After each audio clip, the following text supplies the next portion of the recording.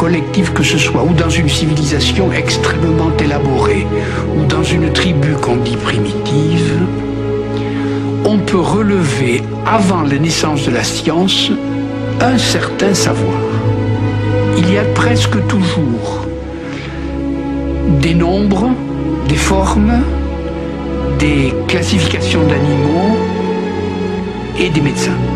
Ce n'est pas encore là le début de la science. Pourquoi? Parce que, à certains moments de l'histoire, une chose extraordinaire se passe, c'est que tous les savoirs bougent ensemble. Tout se transforme et tout se met à naître. Et, par exemple, actuellement, tout change. Les techniques de savoir, bien sûr, l'enseignement, les mathématiques, la physique, l'astronomie, la chimie, la médecine, etc. Il semble tout d'un coup que le corps du savoir avance comme un grand fleuve, comme un tronc majeur. Dès lors, quand la science a-t-elle commencé et où? Alors on peut dire oui, elle a eu des commencements en Chine, elle a eu des commencements dans les Indes, elle a eu des commencements à Babylone, en Égypte. Mais dans ces pays-là et en ces temps-là, ce grand mouvement n'a pas complètement eu lieu. Or, au 6e et 5e siècle avant Jésus-Christ, dans les pays où on parle grec, cet énorme mouvement a eu lieu. Et depuis que ce grand mouvement a commencé, nous nous référons à lui comme à notre source. C'est-à-dire, à certains égards, nous sommes encore des enfants grecs.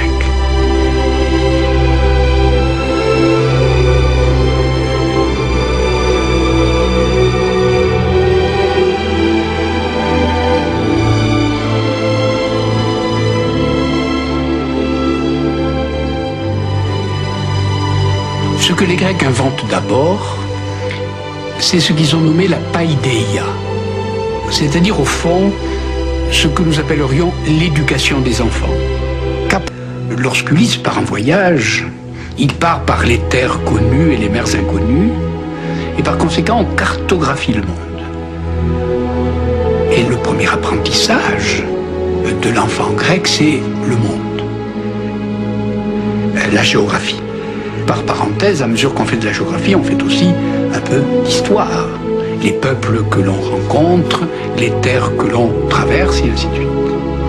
Mais lorsqu'on navigue, il faut tout de même se repérer, et non seulement on observe les côtes, mais on observe aussi le ciel. Immédiatement, on apprend des éléments d'astronomie. Mais pour naviguer, il faut savoir aussi barrer, amener les voiles, l'ensemble des actes que fait un marin sur un bateau. Mais de plus, comment construire le bateau? Mais de plus, comment se repérer avec la lumière? Et par conséquent, tous les arts, tous les métiers et toutes les sciences du temps sont enveloppés dans le récit de l'Odyssée. Et la paideia est à la fois savante, parce que beaucoup de choses scientifiques se trouvent dans ce texte, mais elle est aussi plaisante, parce que l'Odyssée est un texte merveilleux qu'on peut réciter parce qu'il y a des vers et chanter parce qu'il y a de la musique.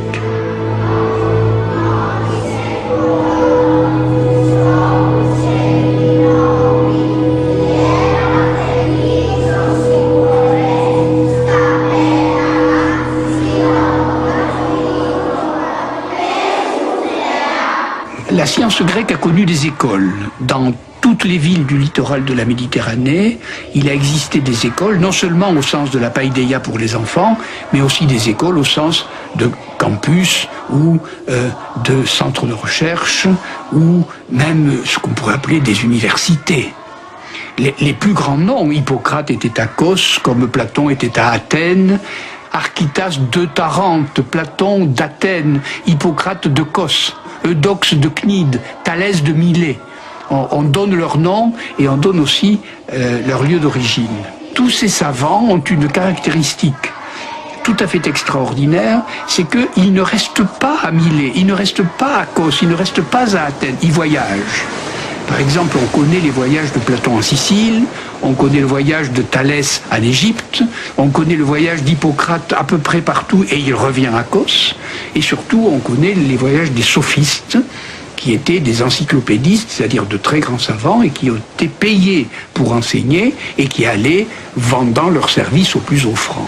Et par conséquent, le monde de la science grecque, qui est un monde d'invention permanente et d'un dynamisme tout à fait extraordinaire, est un monde où les savants voyagent. C'est le monde d'aujourd'hui. Aujourd'hui, les savants voyagent pour rencontrer ou échanger des informations. Et dès le 6e, dès le 5e siècle avant Jésus-Christ, on voit les savants s'agiter sur tout le pourtour de la mer Méditerranée. L'Odyssée raconte l'histoire d'Ulysse et de Télémaque, son fils, son enfant, parti à la recherche de son père, perdu sur les eaux bleues de la Méditerranée. Vous retrouverez les lieux d'errance d'Ulysse quand vous rencontrerez le savetier qui a cousu le sac des vents, disait Ératosthène. De même pour les sciences, pour le voyage dans les connaissances, elles sont contenues dans ce sac des vents. Partir à leur découverte, c'est chercher ce savetier, tirer le fil qui a cousu le sac, tout comme Pénélope, qui tirait les fils de sa tapisserie à la tombée du jour. Nul ne sait ce qu'elle tissait, quel tableau, quelle légende. La voici la légende, la voici l'Odyssée. Le voici le long et périlleux voyage.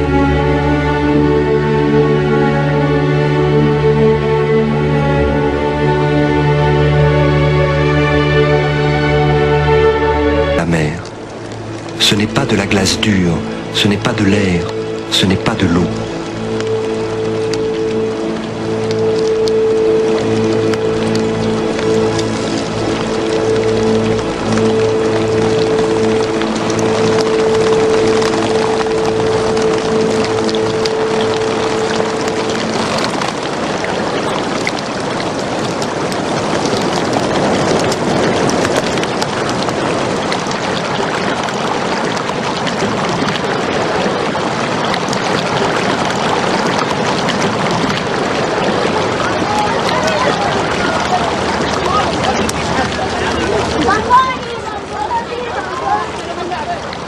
Hérodote raconte dans son livre sur l'Égypte, dans ses histoires, que Sésostris, le pharaon, a partagé un jour la terre entre les paysans égyptiens.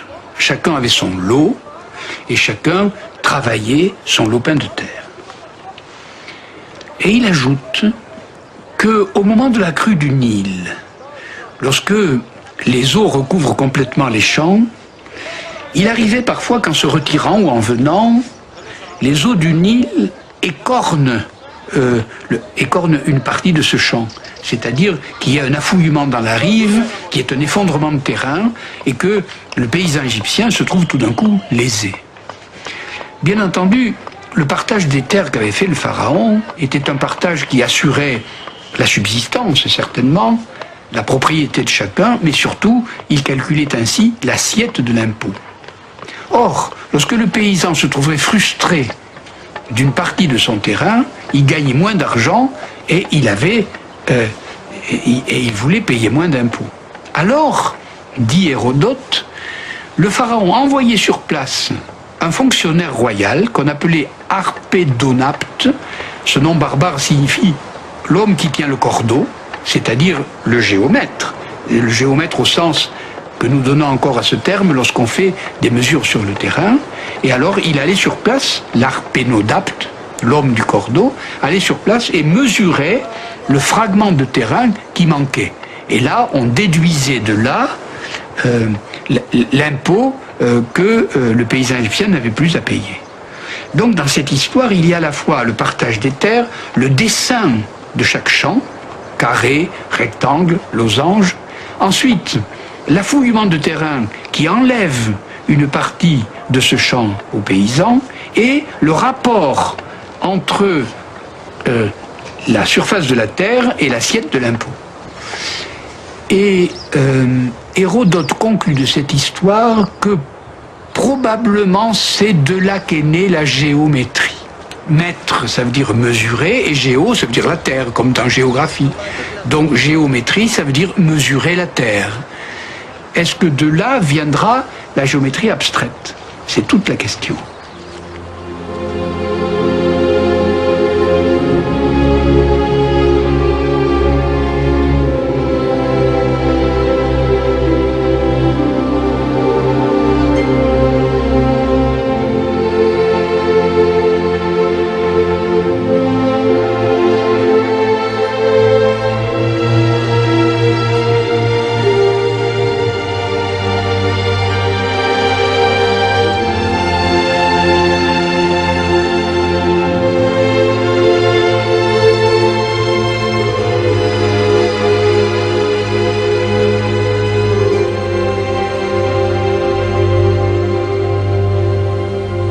Et on raconte que Thalès, parti un jour pour l'Égypte, voit le soleil se lever et se coucher derrière les 3 grandes pyramides. Et mesurant l'ombre que faisaient les pyramides devant le soleil, il a rapporté cette ombre à l'ombre que faisait son propre corps à la même heure. Vous voyez donc la pyramide debout, l'ombre longue qui étale sa noirceur derrière la pyramide. Vous voyez l'homme debout, son ombre portée sur le sable. Voilà 2 triangles et il observe qu'il y a le même rapport entre la hauteur d'une pyramide et son ombre portée que le rapport entre son propre corps et l'ombre portée de son corps. Il invente donc le fameux théorème des triangles semblables. Et ce théorème des triangles semblables, c'est le théorème de l'échelle. C'est-à-dire, est-ce qu'on peut représenter un objet qui garderait la même forme et qui n'aurait pas la même taille? Invariance de forme par variance de taille. Et l'invariance de forme par variance de taille, c'est précisément le problème de l'échelle.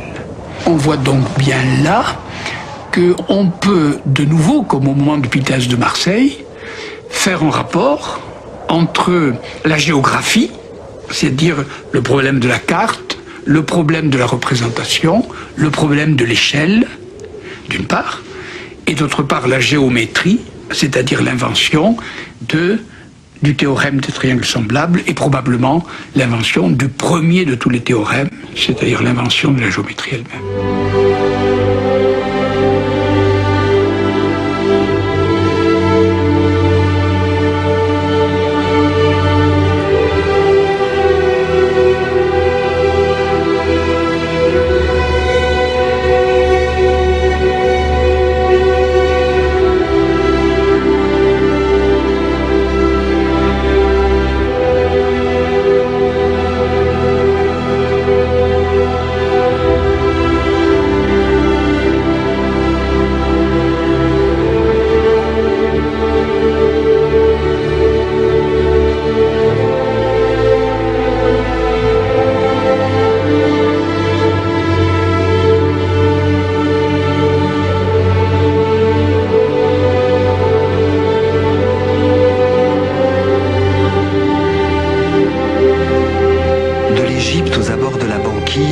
Des ciels du sud au ciel du nord, hémisphère austral, hémisphère boréal, le voyage de Pythéas de Marseille avait permis de cartographier la Terre, mais aussi d'une certaine façon de cartographier le ciel.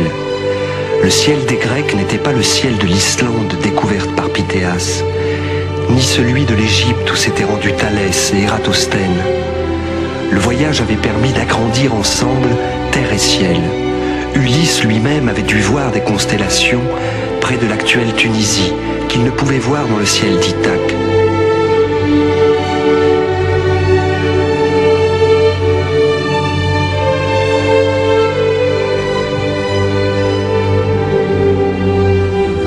Pour observer le ciel, il faut un observatoire. Les Grecs n'en avaient pas. Ils n'en avaient pas besoin dès lors qu'ils avaient un axe fiché dans le sol, un cadran solaire, un gnomon. Voici une éclipse de lune. Nous voyons l'ombre de la Terre qui vient cacher lentement la lune. Les Grecs connaissaient la taille de la Terre, mesurée par Ératosthène. L'ombre de la Terre est 3 à 4 fois plus grande que la Lune. Les Grecs connaissaient la taille de la Lune.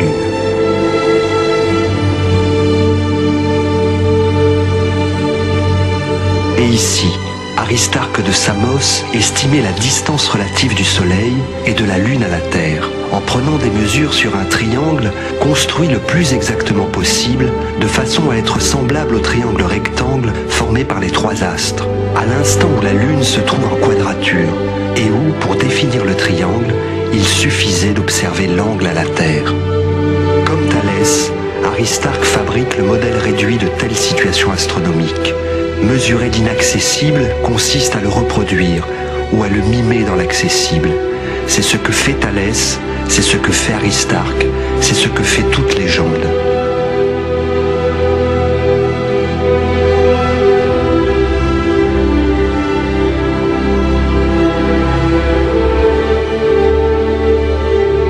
Certaines étoiles bougent dans le ciel, on peut suivre leur trajectoire. Particulièrement l'une d'entre elles qui semble aller, puis revenir, puis repartir. C'est la planète Mars. Comment expliquer cette étrangeté? Il y a 2 sphères, l'une dans l'autre. La première contient les étoiles fixes, la seconde les astres errants, les planètes. Les 2 sphères tournent l'une dans l'autre. C'est ce mouvement qui explique le monde. Ce mouvement combiné produit une courbe. Alors, il y a un modèle géométrique qui l'explique. Comment les planètes tournent autour du Soleil, comment la Terre tourne autour du Soleil. À supposer que le second soit vrai, le géocentrisme, comment les planètes tournent autour de la Terre, comment les étoiles tournent-elles autour de la Terre. Et un nouveau modèle géométrique l'explique. Et il disait, dans ce cas-là, il y a équivalence des hypothèses. C'est-à-dire, étant donné que je peux expliquer de façon rationnelle et le mouvement du monde d'après la première hypothèse et le mouvement du monde d'après la deuxième, alors les 2 modèles sont équivalents. On n'a pas d'idée d'une telle précision, d'une telle exactitude et d'une telle tolérance dans les théories.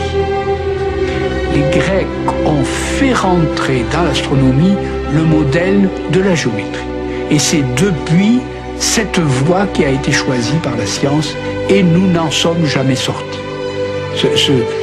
C'est un chemin qui ne nous a jamais manqué.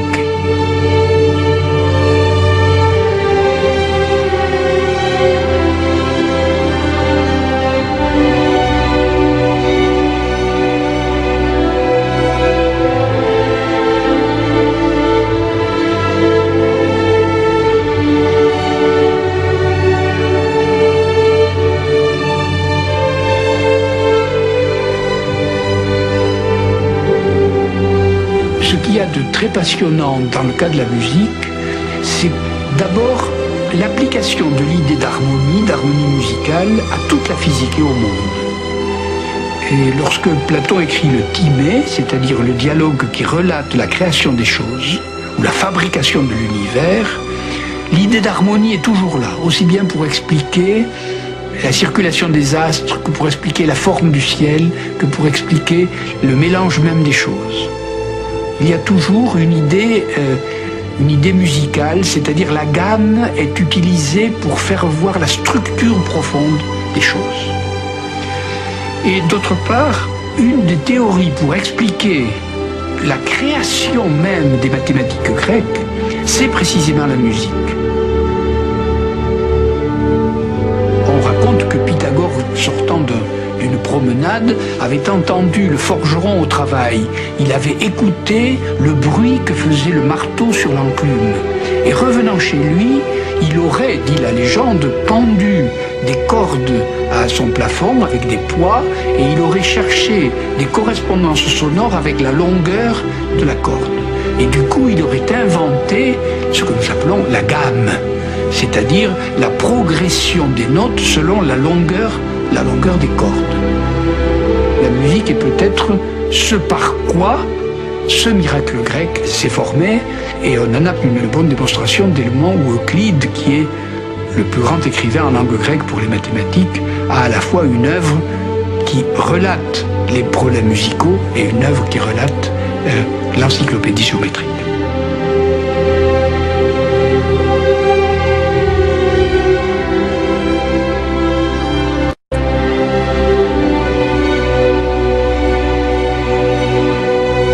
L'une des théories qui touchait à la fois au monde physique et au monde abstrait chez les Grecs était la théorie pythagoricienne, qui n'avait d'ailleurs qu'une phrase pour l'exprimer: toutes choses sont nombre.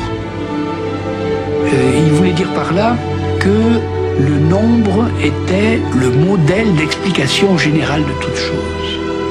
Et donc cela a été vrai pour l'astronomie, aussi bien le mouvement des cieux, cela a été vrai pour la musique, puisque les rapports musicaux n'étaient que des nombres.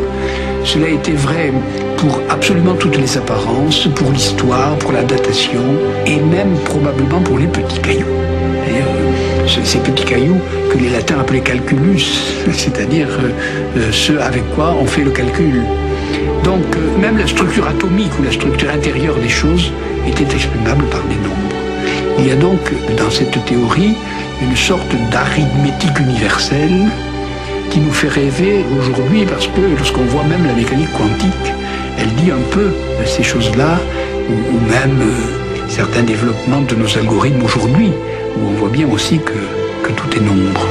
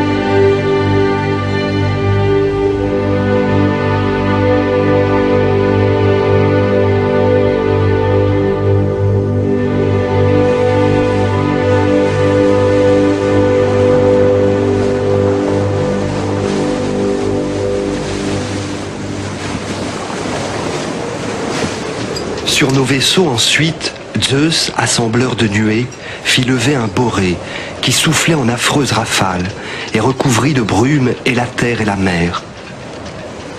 La nuit tomba du ciel. Nos vaisseaux soulevés par la vent allaient à la dérive, et la violence du vent déchira leurs voilures en 3 ou 4 morceaux. Nous dûmes alors amener les voiles sur les nefs, par crainte de périr, et nous nous hâtâmes à grands efforts de rame de les pousser jusque vers le rivage. Là, durant 2 jours et 2 nuits de suite, nous restâmes étendus sur la terre, le cœur rongé de fatigue et de peine.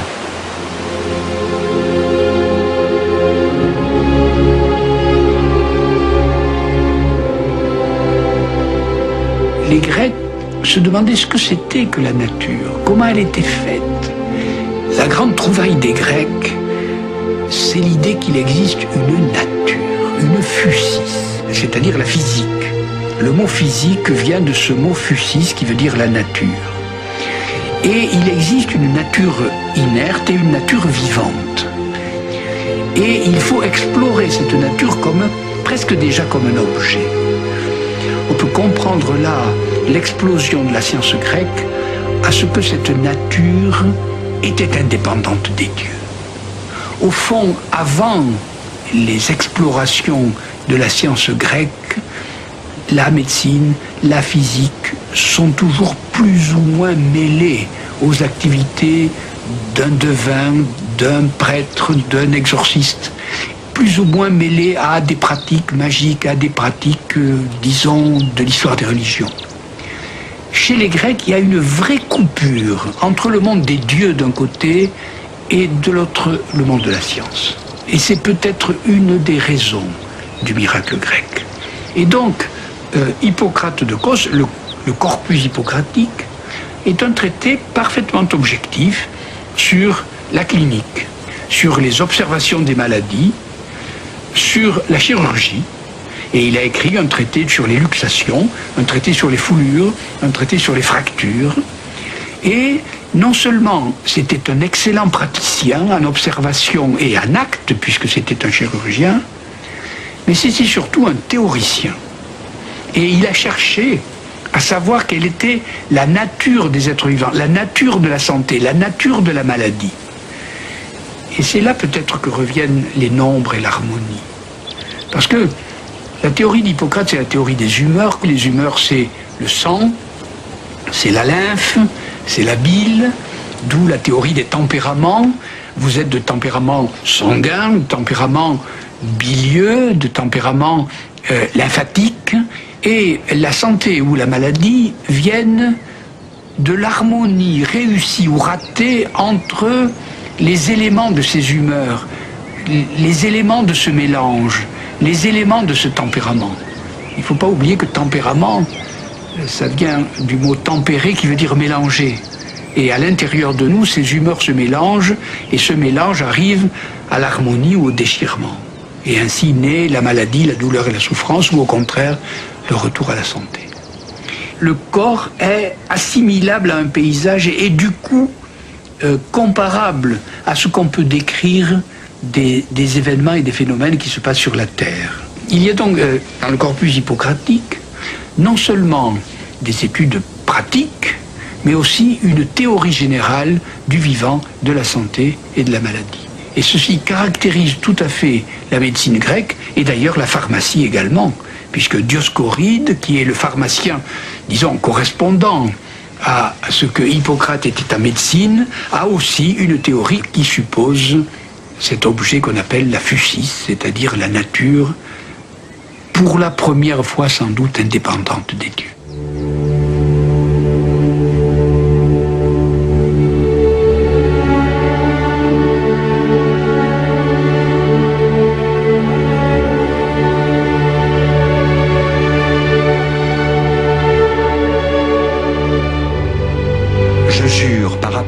Médecin, par Esculape, par Hygie et Panacée, par tous les dieux et les déesses, et les prends à témoin que j'accomplirai selon toutes mes forces et mes capacités ce serment tel qu'il est écrit. Je regarderai comme mon père celui qui m'a enseigné la médecine, et je partagerai avec lui tout ce dont il aura besoin pour vivre. Je regarderai ses enfants comme mes frères. Je prescrirai aux malades le régime qui leur convient, avec autant de savoir et de jugement que je pourrai, et je m'abstiendrai à leur égard de toute intervention malfaisante ou inutile. Je ne conseillerai jamais à personne d'avoir recours au poison, et j'en refuserai à ceux qui m'en demanderont. Je conserverai ma vie pure et sainte, aussi bien que mon art. Je ne pratiquerai pas d'opérations dont je n'aurai pas l'habitude, et les laisserai à ceux qui s'en occupent spécialement. Lorsque j'irai visiter un malade, je ne penserai qu'à lui être utile, me préservant bien de tout méfait volontaire et de toute corruption avec les hommes et les femmes. Tout ce que je verrai ou entendrai dans la société, pendant l'exercice ou même hors de l'exercice de ma profession, et qui ne devra pas être divulgué, je le tiendrai secret, le regardant comme une chose sacrée. Si je garde ce serment sans l'enfreindre en quoi que ce soit, qu'il me soit accordé de jouir heureusement de la vie et de mon art, et d'être honoré à jamais parmi les hommes. Si je manque et me parjure, qu'il m'arrive tout le contraire. C'est ce serment qui est prononcé aujourd'hui encore par tout médecin qui veut exercer son art, le serment d'Hippocrate.